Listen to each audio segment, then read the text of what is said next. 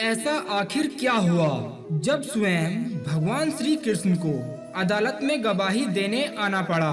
देखने वाले भी हैरान रह गए। बाके बिहारी के चमत्कार जो भक्तों को उनसे जोड़ते हैं और बताते हैं कि अगर भक्त भगवान पर सच्ची श्रद्धा से विश्वास करते हैं तो बिहारी जी उन्हें निभाने जरूर आते हैं। नमस्कार दोस्तों, मैं मयंक कुमार एक बार फिर आप सभी का अपने YouTube चैनल में तहे दिल से स्वागत करता हूं।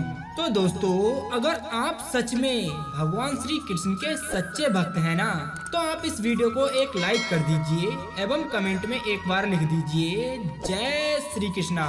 तो चलिए शुरू करते हैं। आज से लगभग 80 साल पहले की बात है। वृंदावन में एक महान संत रहा करते थे जो कि हर दिन भगवान बाके बिहारी जी के मंदिर के बाहर आते और वहीं की मिट्टी को अपने माथे से लगाकर वापस अपने घर लौट जाते थे, किंतु वे कभी मंदिर के अंदर नहीं जाते थे। वहाँ के सभी लोग इन महान संत को जज साहब के नाम से बुलाया करते थे। जब एक बार एक पुरोहित ने एक व्यक्ति से पता किया कि इन्हें सभी लोग जज साहब कहकर क्यों बुलाते हैं, तब उस व्यक्ति ने उस पुरोहित को सारी घटना बताई।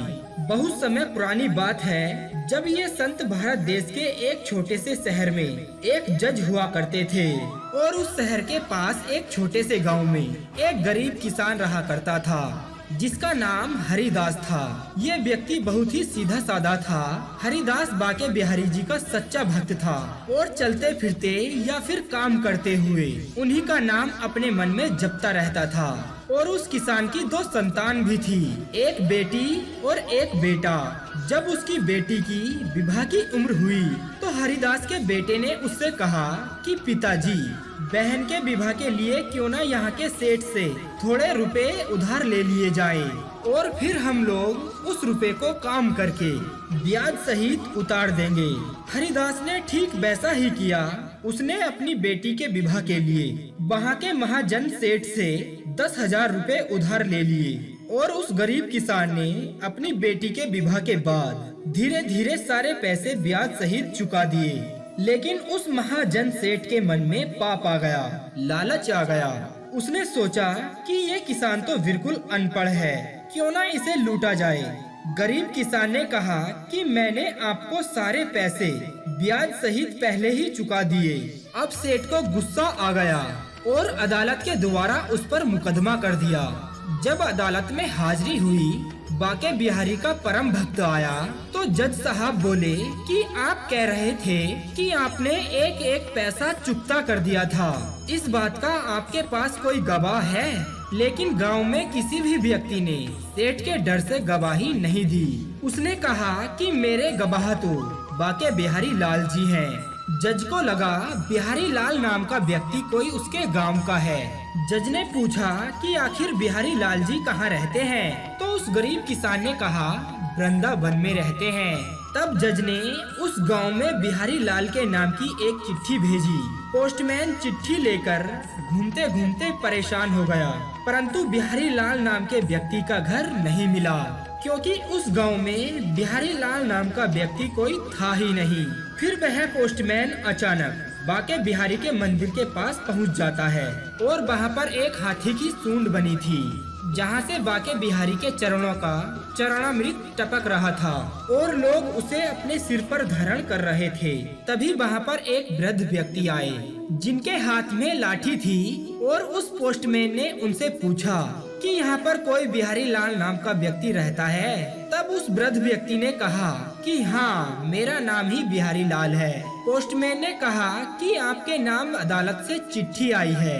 बस उसने चिट्ठी ले ली और अपने हस्ताक्षर कर दिए। उस दिन अदालत में यही चर्चा थी कि ऐसा कौन सा व्यक्ति बिहारी लाल है जो उसकी ओर से गवाही देने आ रहा है। गांव के लोग भी इस चीज को देखने के लिए कचहरी में उपस्थित थे। सारा गांव इकट्ठा हो रखा था। वो किसान भी आया हुआ था। उसके लिए तो बिहारी लाल और कोई नहीं बल्कि बाके बिहारी भगवान कृष्ण ही थे। जब मुकदमे का नंबर आया, जज ने किसान से पूछा कि कहाँ है तुम्हारे बिहारी लाल जी। तब उसने जवाब दिया कि वो तो हर जगह विराजमान रहते हैं, होंगे यहीं कहीं आसपास। फिर आवाज लगाई गई कि बाके बिहारी जी हाजिर हो, बाके बिहारी जी हाजिर हो। फिर सब लोगों ने देखा कि एक बूढ़ा सा व्यक्ति जिसके माथे पर तिलक, गले में तुलसी की माला, खड़ाऊ पहने, थोड़ी सी कमर झुकाए और लाठी टेकते हुए चला आ रहा है। फिर उसे कटघरे में खड़ा करके जज ने उससे पूछा कि क्या तुम्हारे सामने किसान ने इस सेठ के सारे पैसे चुका दिए हैं? तो उसने जवाब दिया हाँ। फिर जब जज ने कहा कि तुम्हारे पास इसका क्या सबूत है, तो उस बिहारी लाल नाम के उस बूढ़े व्यक्ति ने कहा कि कृपया सेठ जी को यहीं रोके रखें और इनके घर सिपाही को भेजकर इनके कमरे में 3 अलमारियों में से बीच की अलमारी में 22 नंबर की फाइल रखी है, जिसमें सेठ ने किसान के द्वारा चुकाया गया सारे धन की पुष्टि की है। जज ने सिपाही भेजे और वैसा ही हुआ। वहाँ वो फाइल मिली, जिसे देखते हुए जज ने गरीब किसान को बाइज्जत बरी कर दिया और उस सेठ को दंडित किया।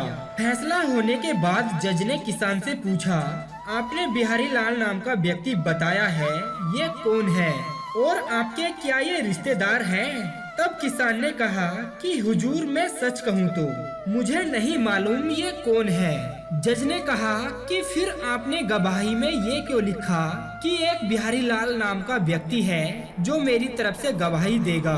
किसान ने कहा कि मेरे गांव से मेरी और गवाही देने को कोई तैयार नहीं था, तो मेरा तो एक ही आश्चर्य था और वो ये बाके बिहारी जी।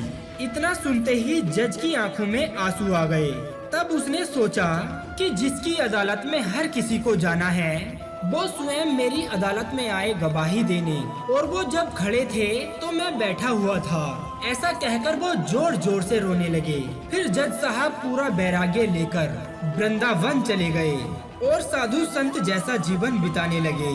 वे हमेशा प्रभु के मंदिर जाते और बाहर से ही वहाँ की मिट्टी को अपने माथे से लगाकर वापस लौट जाते, और वे अक्सर खड़े रहते थे क्योंकि उनका कहना था कि प्रभु के आगमन में जब मैं बैठा था तो अब मैं खड़ा ही ठीक हूँ। उनका यह भी कहना था कि मैं किस मुंह से मंदिर के अंदर प्रवेश करूँ, इसलिए मैं बाहर ही रहता हूँ।